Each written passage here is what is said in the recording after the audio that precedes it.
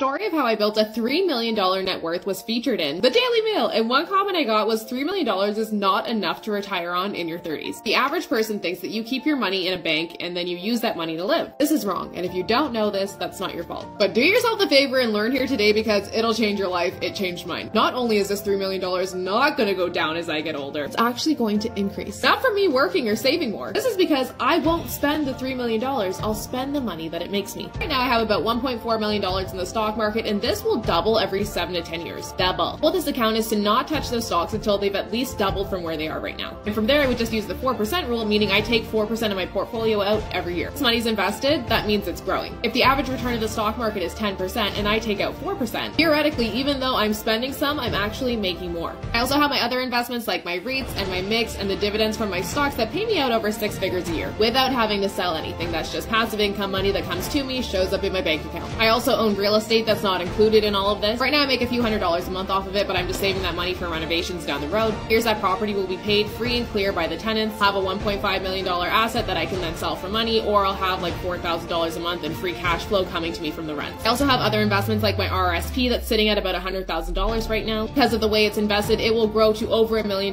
by the time I'm 65 years old. I also own GICs for a cash component and risk management, and I have a cash emergency fund that also actually makes me like $100 a month. So well, yes, if I lived until I was 90 and just spent the $3 million, that would only give me about $50,000 a year to live on. If I invest the money and diversify my income, I'm able to make more and get to retirement sooner. And this is exactly what I teach our students. Follow to learn or check our link in bio to start with our free trainings.